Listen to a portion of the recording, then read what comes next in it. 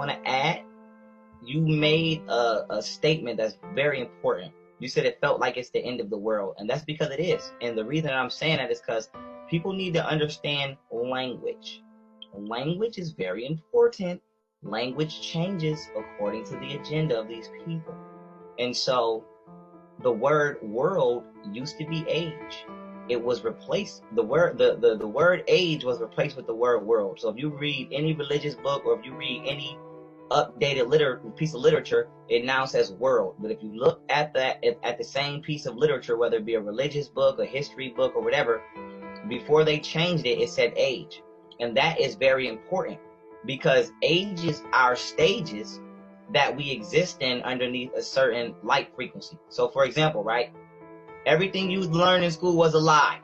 In order for me to tell you this, you have to accept that. Now, one of the greatest lies that we've been told is the format of our solar system. It is not heliocentric. We are not, in the solar system where the sun is here and we're revolving around. That is a horrible lie.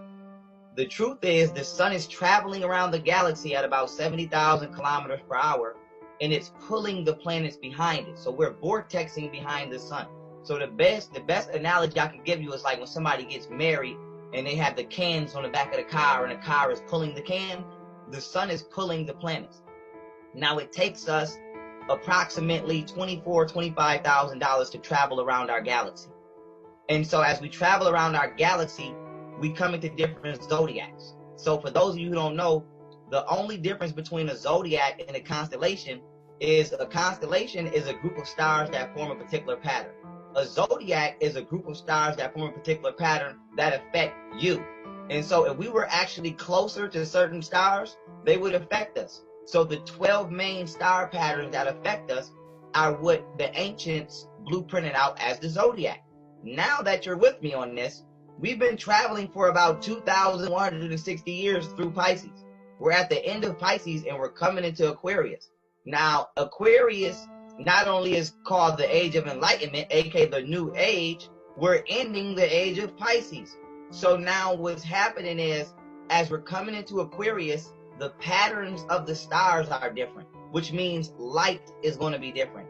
Physical reality is subjected to sunlight. So we're coming into a different reality. People are becoming lighter. We're becoming less dense. The molecules that make up our bodies are reconfiguring themselves so we can be more spiritual.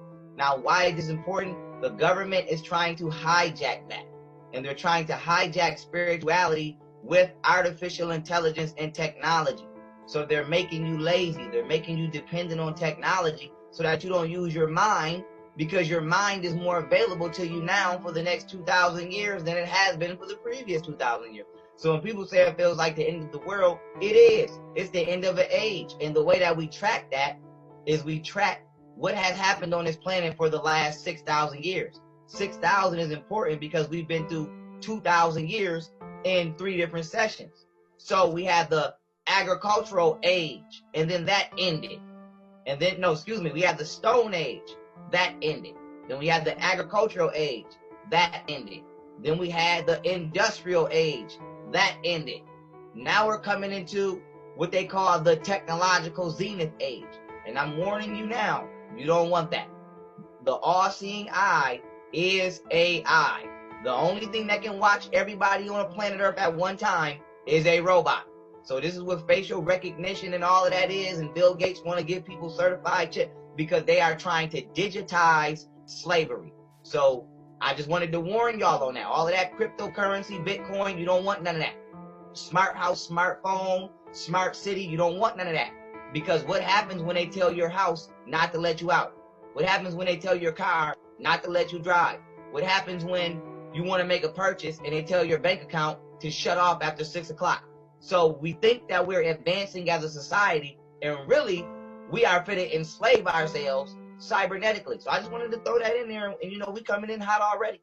So I want to go ahead and just give us a brief, if you had to summarize everything you had in that YouTube video. I'm talking about, first and foremost, the Democratic Party, That's a huge thing. Everyone's a Democrat. Everyone's like Democrats, and they don't even know the whole background to that. And, you know, the Republican Party and who started it. Give us a gist of the background of the government real quick so that people know what we're dealing with. And then we'll jump into the media and other stuff. Well, you have to realize that this government is not new. This government has been here for 2,000 years. We are underneath the Roman Catholic rule, where we were underneath Roman Catholic rulership. So the reason I'm bringing that up is because a lot of people are going to say, well, why do Rome, you know, what does Romans have to do with the United States of America? Everything. Now, democracy comes from ancient Greece and ancient Rome. For those of you who know anything about ancient Greece and ancient Rome, you know that they share cultures. Now, democracy comes from the word demon and rulership. Demo, and this is not up for debate. Go get a dictionary. Go get an etymological book. I'm not speaking out of fantasy land here. Demo means demon. Krisi comes from the word kratos, which means rulership. Democracy literally means demonic rulership. Now, the reason that this is important is because Homer in ancient Greece used to sacrifice children and rape children and sacrifice them to the weird, sick gods of that time. And this is where Freemasons get their rituals from. Hence the Democratic Freemasons. You can ask any Freemason who's going to be honest with you. He will tell you that they get their rituals from Aleister Crowley and Homer. And so Homer was a Democrat in ancient Greece, who clicked up with ancient Romans and became the Greco-Romans. Now, the Catholic Church created religion. I don't know if you guys are religion, but I'm here to tell you that's a lie too. But to each his own. The Catholic Church created religion, and they went about conquering the world, enforcing democracy everywhere.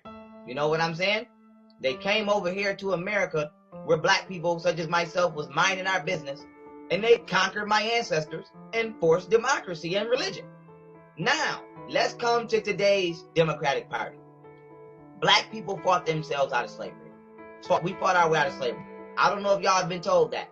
Go research the Gullah Wars. History has hid it underneath the term of Indian Wars. Indian literally means black. Indian is the English version of the Spaniard word indigo, which means blue-black. Like people say, you're so black you look blue, that movie The Color Purple. When Spaniards came over here, because you have to remember, Spaniards are just white men who speak Spanish. Spanish was created in Italy by Catholics. A lot of people don't know that, including the entire Spanish community. No disrespect to y'all, but I'm here to let y'all know you didn't create that language. You speak Spanish the same way I speak English. We were conquered.